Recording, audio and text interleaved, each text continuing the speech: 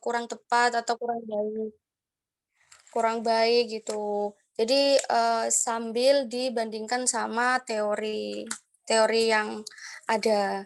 Nah, untuk durasi menyusui sama frekuensi menyusui, kan aku kesusahan untuk mencari referensi ya. Nah, aku minta tolong banget sama teman-teman yang nemu referensinya kita bisa sharing. Jadi nanti pas waktu, terjun, pas PKL, udah ada jawabannya gitu loh. Nah, katanya Bu Galih kemarin tuh ada di buku atau di matkul GDDK. Nah, tak tak cari juga, aku sih belum nemu. Niatku kalau kita mentok nggak nemu referensinya, aku mau nanya Bu Galih tuh yang mana. Soalnya memang sulit sih referensi terkait, durasi menyusui ini sama frekuensi menyusuinya. Nah, nanti itu bisa dibuat ke recall si bayi balitanya dari frekuensi sama durasi itu tadi. Gitu, gitu aja. Oke, gimana, Rek? Paham, Rek, dari penjelasannya Dewi? Pahamkah, Rek? Wes, paham. Mbak, kurang paham. Siapa ini Putri yo? Iya Putri kayak HP Nerisa. Saya nggak Iya, paham. Put. Saya kurang paham, saya di, Put. Nggak paham bagian mananya. Coba Mbak jelas ulang. Aku kayak gak connect. Dit, coba Oh, dibantu share screen lagi, Dit, yang tadi, Dit, yang the questionnaire itu yang terima kasih. sekalian biar anak-anak lihat juga screen apa SS-nya. Sambil Dewi jelasin. Coba jelasin alon-alon. Ini sudah tak record yang ini. Nanti tak upload ya. YouTube-ku kebe. Nah, tak jelasin ulang yo. Saya kira rodok pelan-pelan. Jadi gini, kan yang pola asuh bayi balita ini, di situ ada usia 0 sampai 6 bulan, 0 sampai 24 bulan. Nah, di situ kan ada pertanyaan terbuka dan pertanyaan ada yang pilihan jawaban A, B, C, D. Multiple choice. Nah, di sini tidak ada scoring untuk apa namanya? Apa namanya, Mbak Santi? Nggak ada scoring untuk inilah, untuk setiap pertanyaannya nggak ada Nanti scoring nanti dia bagus enggaknya itu nggak ada. iya, nggak ada Pola asuh. untuk nantinya itu loh, apa deh namanya? Aku kok Output bingung. terakhirnya. Iya, output terakhirnya itu kan biasanya ada sih berapa Output. nilainya, Ya, ya. Nah, nilai untuk berapa. outputnya nanti tidak ada scoring. Nah, di situ yang soalnya ada pilihan jawaban A, B, C, D, E itu juga tidak ada yang benar, juga tidak ada yang salah. Jadi tidak ada benar salah gitu loh. Jadi di sini itu pilihan itu hanya untuk membantu si ibu untuk memilih jawaban. Nah, nanti untuk output-nya itu analisis ke pembahasan. Jadi tidak ada biasanya kan kalau yang di pengetahuan kan ada diagram batang, diagram tabel, kok pengetahuan bukan yang sanitasi yang atas tadi data diri demografi itu kan pakai diagram gitu-gitu. Kalau yang pengetahuan kan ada scoring. Nah, kalau pola asuh ini itu lebih ke analisis gitu. Di sini kan ada pertanyaan terbuka. Yang nomor satu untuk usia 0 sampai 6 bulan itu kan ada frekuensi si ibu bayi menyusui sama durasi. Nah, aku kemarin itu kesulitan untuk mencari referensi. Jadi aku minta tolong ke kalian semuanya yang nemu referensi terkait itu, mohon di-sharing sebelum kita terjun ke lapangan nanti, sebelum kita PKL gitu, jadi lebih enak. Nah, kemarin itu rencananya kan karena kesulitan ya, maksudnya aku susah banget nemunya, mau tak tanyakan ke Bu Gale kemarin itu bilangnya ada di matkul GDDK gitu. Tapi aku nyari-nyari juga belum nemu sampai sekarang. Nah, jadi aku minta tolong ke kalian. Terus misalkan nih yang nomor 4. Nomor 4 di sini kan pertanyaannya bagaimana cara ibu memberikan ASI kepada bayi usia 0 sampai 6 bulan bila kondisi ibu tidak berdampingan dengan si bayi. Nah, jawaban yang seharusnya atau sesuai dengan teori itu kan ASI diperah lalu diberikan kepada bayi. Jadi tetap diberikan ASI gitu kan. Nah, kalau misalkan ibu jawabnya A, kan benar. Jadi pola asuhnya itu kayak sudah baik gitu. Tapi kalau misalkan ibu jawabnya B, C, atau D, nah itu nanti analisisnya itu kan berarti berbanding terbalik dengan teori yang ada gitu kan. Nah itu berarti pola asuh ibu ke bayi balitanya itu kurang tepat atau kurang baik gitu. Nah, paham nggak? Paham, paham, Mbak. Oh, gak paham kan dikecek kan Mbak Dewi ya. Enggak, wis Le, ampun. Oke, udah itu aja sih yang pola asuh. Oke, udah ya, Rek, ya. Kasih Mbak Vi. Pola asuhnya udah, selanjutnya lanjut ke nutri survei ya. Oke, langsung di share screen nutri surveinya. Mungkin barangkali teman-teman masih lupa penggunaannya, dicoba sebentar aja gitu ya, sambil diingat-ingat lagi cara inputnya.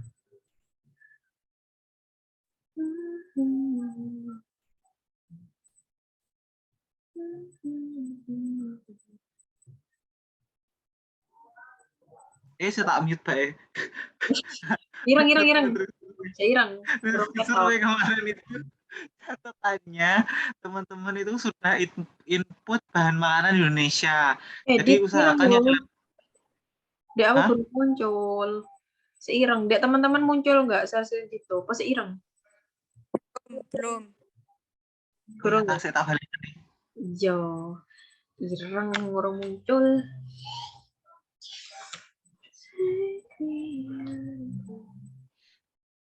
Sekarang, Udah muncul.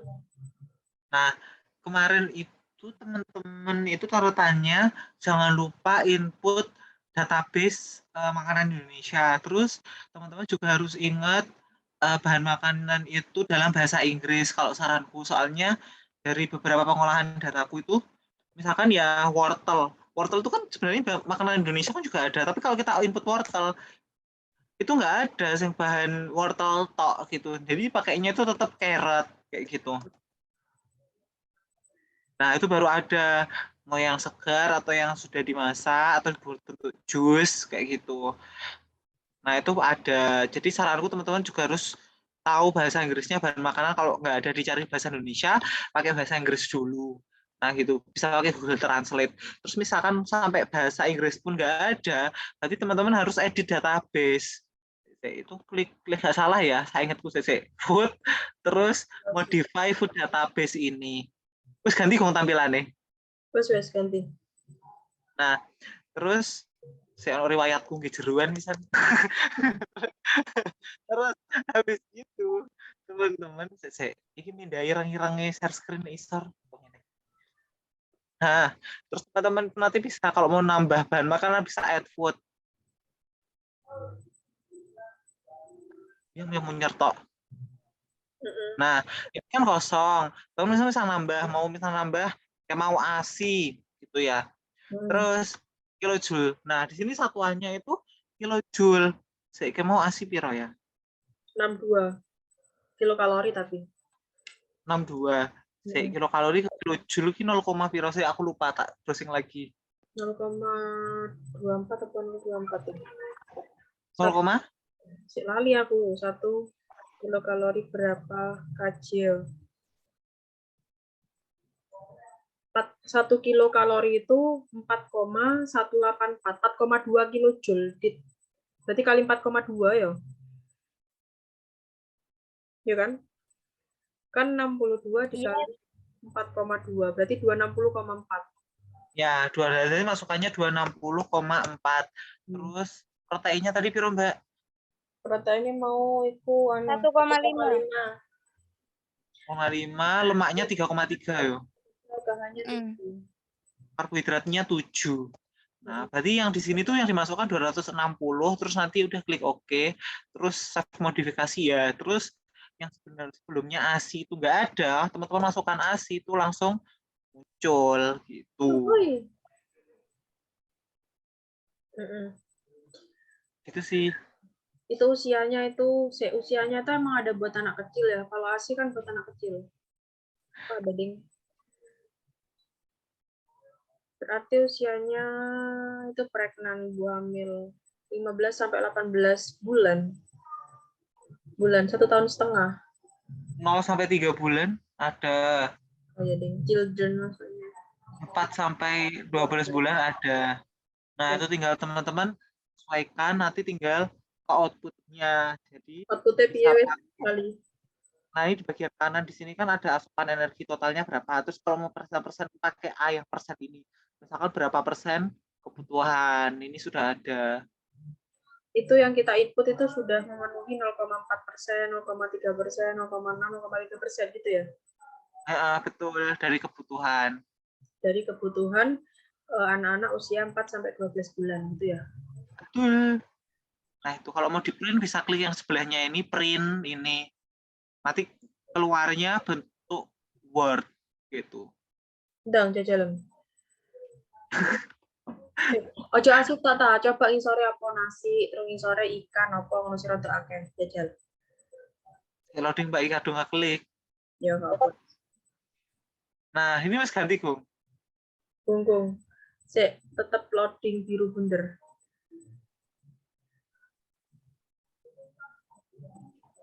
Loading biru bunder.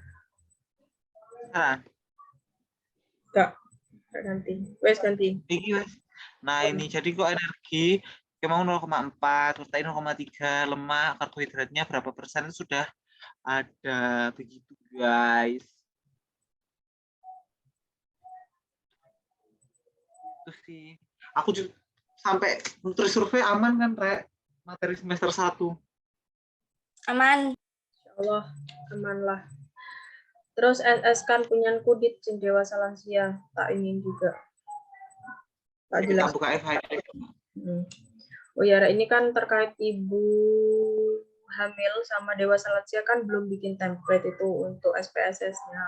Ini tak serahin lagi ke teman-teman, apakah teman-teman mau bikin template-nya, habis itu nanti di-share kayak punya gitu. Kalau menurutku sih kepengennya sih ngadain Zoom lagi sebelum berangkat ya. Ini kan sekarang hari Minggu, mungkin bisa di hari Selasa atau gitu. Nggak perlu lama-lama sih nge-zoom-nya. Ini kan teman-teman sudah ada banyak gambaran sih, sudah oh ternyata gini cara ngerjakannya. Nanti cuma nge-share template-nya aja, dijelasin sedikit. Ya mungkin kalau nggak molor ya sekitar sekali nge-zoom cukup lah. Kalau emang nggak molor kayak gitu. Tapi terserah teman-teman, kalau emang teman-teman keberatan untuk nge-zoom lagi, ya nggak apa-apa, nanti di-share aja di grup angkatan. Jadi tak kembalikan lagi ke teman-teman. Ini tak jelaskan dulu ya, dewasa lansia sama identitas petugasnya. Petugas itu berarti kita ya, kelompok, tanggal wawancara, waktu, lanjut. Terus identitas lokasi, desa kelurahan, nama kepala keluarga, usia sama kayak biasa. Nah, di sini tuh untuk satu orang ya. Jadi misalnya kan ada yang nanya, dewasa lansia itu gimana, Mbak? Misalnya satu keluarga ada dewasa sama lansia. Itu kita milih salah satu apa gimana? Kalau misalnya memang di sana ada dua, kita pakai 2 kuesioner berarti. Meskipun dalam satu keluarga. Jadi satu kuesioner ini buat satu. Kalian milih dewasa atau lansia. Jadi misalnya ada 2 orang, ya berarti pakai 2 kuesioner. Itu ya. Nama, usia, jenis, kelamin, berat badan, tinggi badan. Lanjut. Nah, di sini kan ada petunjuk pengisiannya. Nanti di sini ada scoringnya juga. Scoringnya nanti tak lampirkan nanti ada kunci jawabannya di PDF yang selanjutnya. Jadi nanti di sini ini tentang pemanfaatan puskesmas atau Yankes. Tak lihat di kuncinya dulu. Kemarin belum di-share. Iki. Nah.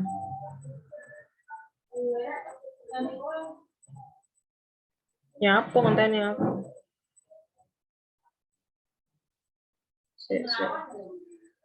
Jo Marine Antoni kunci. Mana ya kunci jawabanku ya?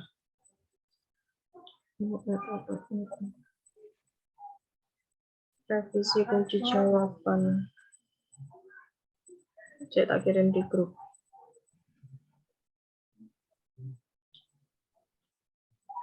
Nah, itu ada revisi kunci jawabannya.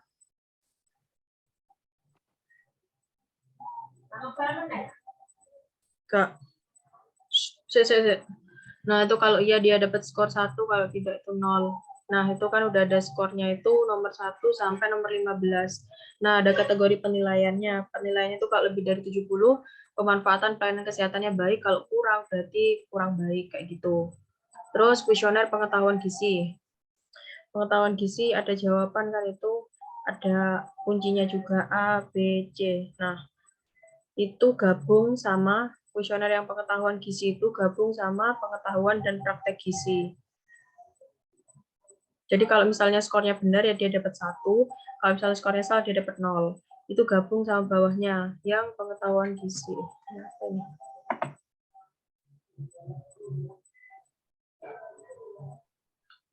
Bentar. Oh, udah selesai nge-record.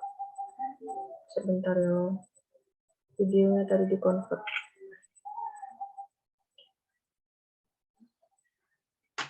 Lanjut. Kuesioner pengetahuan dan praktik gizi. Udah, di bawahnya itu ada kunci jawabannya juga. Nah, di situ ada kuesioner riwayat penyakit. Nah, di riwayat penyakit di situ itu udah ada kunci jawabannya juga. Nanti itu jadi 1 di bawah kriteria penilaian pola makan. Nah, jadi nanti penilaian pola makannya jumlah poin dibagi 12 dikali 100. Kalau kurang dari 70, pola makannya kurang baik, lebih dari 70, pola makannya baik. Karena gini, Rek, kemarin tuh kuesioner dewasa lansia ya, emang dari dosen juga gini. Kalau teman-teman kan kemarin bisa spesifik ibu hamil menyusui, ya wis pertanyaannya pasti terkait itu, wis bulet itu. Nah, kalau kemarin itu dewasa lansia itu kayak kurang diarahkan. Sebenarnya kan lebih ke arah penyakit degeneratif, kayak penyakit hipertensi, kolesterol, asam urat. Cuman dari dosen itu kayak nggak ngasih kepastian gitu loh, ini mau diarahkan ke penyakit yang mana. Kalaupun misalnya dibikin pertanyaan hipertensi sendiri, kolesterol sendiri, darah tinggi segitu, apa ya, bakal banyak pertanyaan yang bakal disampaikan gitu dari Bu Galih kayak gitu. Makanya kenapa kok dewasa lansia ini mesti kuesionernya kok nginiki gitu loh. Dan ini sudah dikonsultasikan ke Bu Galih juga dan mengikuti arahan dari Bu MJ juga gitu. Kemarin itu memang apa ya, garai cermet saja nih garap dewasa lansia karena memang kurang terarah gitu loh. Ini mau dibawa kemana sih pertanyaannya, mau lebih ke hipertensi atau apa gitu. Pertanyaannya lebih mancing-mancing kemana gitu kan. Makanya pola makan ini dibuat secara umum dan nanti diperkuat dari recall. Dari recall nanti kan kelihatan, misalnya dewasa lansianya, oh ternyata orang ini punya penderita hipertensi dan ternyata kesehariannya dia tuh suka mengkonsumsi makanan yang beriodium kayak gitu. Lalu kolesterol, oh ternyata orang ini senang goreng-gorengan. Nah nanti dari Bu Galih itu tetap memperkuat itu dari hasil recall. Karena kalau kita nggak nge-recall selama 2 hari, kita kurang gitu untuk berasumsi orang ini tuh punya riwayat penyakit tersebut, terutama degeneratif kalau dewasa lansia. Nah, terus di situ lanjut itu ada kuesioner aktivitas fisik. Lanjut. Nanti kuncinya tak share ya. Itu kan udah tak share. Bawah terus. Nah, aktivitas fisik ini, nah itu kan ada frekuensi, ada durasi, kategori, nilai, sama total. Frekuensinya ditanyakan sama orangnya. Orang tersebut dalam 1 hari itu tidur siang dan tidur malam itu berapa kali. Nah, di kuncinya itu ada kategori penilaian. Kalau nilai PAL-nya itu ringan, itu dari 1,4 sampai 1,69. Sedang 1,7 sampai 1,99. Kalau berat 2 sampai 2,4. Nah, kolom total itu diisi dengan durasi. Jadi durasi nanti itu dalam jam, misalnya setengah jam, dikalikan faktor PA, dikalikan nilai PAR. Nah, nilai PAR-nya itu dapat dari mana? Nilai PAR-nya itu ada di sebentar. Oh, nggak dimasukkan di kuncinya, nanti dimasukkan dulu lah. Ada nanti nilai PAR itu sudah ada ketentuannya sendiri. Jadi nilai PAR tidur itu berapa, terus habis itu duduk-duduk itu berapa. Itu nanti tak lampirkan di kunci jawabannya. Emang rada ruwet sih, tapi kemarin dari Bu MJ disuruh pakai itu. Kalau untuk ngitung aktivitas fisik. Nanti ada kolom PAR-nya, nanti tak ingin lagi kunci jawabannya. Terus habis itu compute recall. Compute recall-nya itu ada 2 kali ya, Rek. Seperti biasa, 2 kali itu di hari aktivitas, hari aktif sama di hari weekend. Ya gimana caranya kita kudu bisa nge-recall selama 2 hari. Karena kan emang ketentuannya nge-recall 2 hari kan. Utamanya juga dewasa lansia. dewasa lansia ini recall-nya sama sih, dimasukkan Nutri-Survey juga. Karena kalau nggak nge-recall itu kurang memperkuat katanya Google dari riwayat penyakitnya gitu kan. Kalau misalnya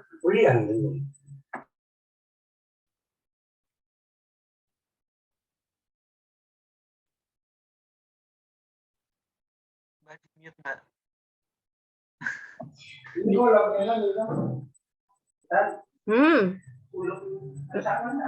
Ya, ya gitu ya Rek ya. Jadi nanti tak benerin lagi, kuncinya ini kurang, nilai PAR-nya belum dimasukkan tabelnya. Di situ udah tak kasih rumus kok, tapi di kunci jawabannya bikin gak bingung. Sementara gitu ya Rek, nanti tak coba buat bikin template-nya kayaknya gitu, yang bisa dibuat template. Yang ibu hamil silahkan dibuat template juga kayak gitu, bisa mempermudah. Ini tak tawarkan, teman-teman mau nge-zoom lagi atau enggak nanti di hari Selasa. Kalau emang enggak mau nge-zoom, ya udah di-share di grup aja template-nya teman-teman. Kalau emang mau nge-zoom, ya boleh. Nge-zoomnya ya bentar aja, sekali nge-zoom enggak apa-apa. Karena ini wis banyak gambaran toh. Wis sekian ya dari aku. Mungkin dari teman-teman ada tambahan, Rek? Ada tambahan atau gimana? Sudah banyak gambaran kan dari yang disampaikan tadi dari Dito, dari aku, dari Dewi juga, dari teman-teman lainnya. Sudah paham ya? Sudah maksudnya wis ada angan-angan gitu ya untuk kerjakan PPG-nya. Ya wis kalau paham semua, kalau gitu untuk Dito diucapkan terima kasih banyak sudah mau membantu share screen. Aku mau nanya-nanya, boleh nggak? Apa tekan aku? Dewasa. Sharing-sharing, sharing-sharing sama-sama Rek, masalah PKL. Aku juga Oh iya. nggak begitu jago ya. Terus aku cuma mau tanya ini kan kita kan bikin programnya tuh ada 5. Terus 5 itu ada 2 program yang bercabang. Jadi total kan ada 7 program yo. Terus aku kalau catatannya Rek, aku bagian ini. Setiap kegiatan hanya dilakukan pada satu sasaran untuk menyelesaikan satu masalah. Tidak boleh digabung dengan sasaran atau masalah yang lain. Itu berarti kalau misalkan kita apa ya? Masalah itu bayi, balita, dan dewasa, misalkan gitu. Terus kita mau gabungin dari satu, misalkan pagi untuk bayi balita, siangnya dewasa lansia itu nggak oleh ya? Kalau bisa diusahakan beda hari jadi itu pelaksanaan kayaknya teknis pelaksanaan sekitar 2 mingguan itu kan ya pelaksanaan kegiatan ya kita di 2 minggu berikutnya ya. Saelengku. Aku siap-siap menguras duit loh Mbak ini.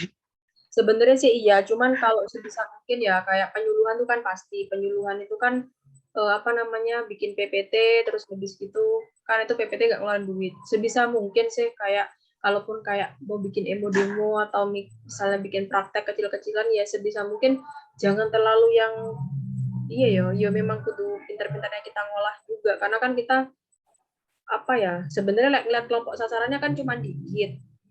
Misalnya bisa lah dikondisikan, cuman kan nggak tahu nanti yang kita undang itu apakah hanya di kelompok sasaran tersebut, ataukah nanti bisa melebar lebih banyak disaksikan pas di kantor desanya. Nah itu juga sih. Nah pertanyaanku, itu kan misalkan satu kegiatan itu minimal berapa audiens? Misalkan penyuluhan itu berapa minimalnya? Misalkan pelatihan itu minimal berapa orang? Kalau menurutku sih lebih tepatnya ke orang tersebut. Jadi misalnya kamu menemukan di orang ibu hamil, ya udah kalau di orang ibu hamil ya orang ibu hamil itu sudah yang dipakai. Kamu pakai berapa kemarin 20? Ya wis berarti di 20 itu lebih dispesifikkan orang-orang tersebut sih. Yang kita kasih wawancara, yang kita kasih ini juga. Kalau menurutku loh ya. Soalnya biar nggak melebar kemana-mana juga. Jadi misalnya nemu penyakit dewasa lansia berapa 10, ya wes orang-orang tersebut aja yang disuruh hadir ke acara penyuluhan kita selain dihadiri sama kader-kader ya. Nah terus menguras duit gak sih? Memang sih ya namanya juga PKL. Terus apa aku cuma beberapa opsi saran sih buat teman-teman mungkin karena beberapa di sini sudah pernah ikut beberapa pengabdian masyarakat dosen. Itu kalau dari pengalamannya itu supaya audiensnya itu mau datang itu kebanyakan ngamplopi jadi mungkin teman-teman juga bisa persiapan juga gitu loh soalnya selain dikasih snack mereka sama makan itu mereka ada amplopnya gitu kalau ya amplopnya itu disesuaikan dengan budget kalau misalkan mau ngasih snack aja ya amplopnya itu isinya agak banyak gitu kayak uang ganti transportnya gitu loh terus kalau misalkan ngasihnya ada nasinya itu uang transportnya bisa lebih sedikit kayak gitu sih kemarin pengalamannya teman-teman yang pernah ikut pengabdian masyarakatnya dosen-dosen gitu. Soalnya itu pun sudah diamplopin, yang datang kadang beberapa pengabdian itu yang datang tetap sedikit nggak sesuai dengan target gitu loh Mbak. Nah kalau nggak sesuai dengan target kan kita apa ya kegiatannya nggak berhasil gitu loh.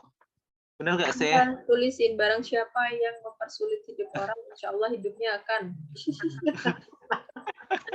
Ya wes ngono ku wis wong Indonesia ya sing ngaplopi wes PKL ujian. Terus itu kalau bisa teman-teman kerjasama sama itu sih coba kerjasama sama orang desanya. Jadi kayak misalkan ada anggaran desa atau enggak, terus anggaran desanya ini bisa dibuat kolaborasi enggak kalau dibuat program ini gitu loh. Nah, misalnya kalau misalkan mereka mungkin kalau ada yang orang desanya itu baik, nanti pasti dibantu gitu loh buat kolaborasi dana. Tapi ya mau nggak mau ya harus ada yang ngomong gitu di anggota kelompoknya harus ada yang nego. Kalau nggak ada ya teman-teman bisa lah menanggung sendiri. Semoga dipermudah, Bud. Boleh cari apa namanya, cari sponsor boleh sebenarnya, cuman kan dengan durasi waktu sekian bikin proposal ke sponsor itu kan kayak butuh waktu lama juga sebenarnya. Enggak itu enggak sponsor. Iya aku paham yang dari desanya sendiri kan. Kemarin kan iya kemarin kan juga sempat ditanya saja nih kan soal sponsor tuh gimana.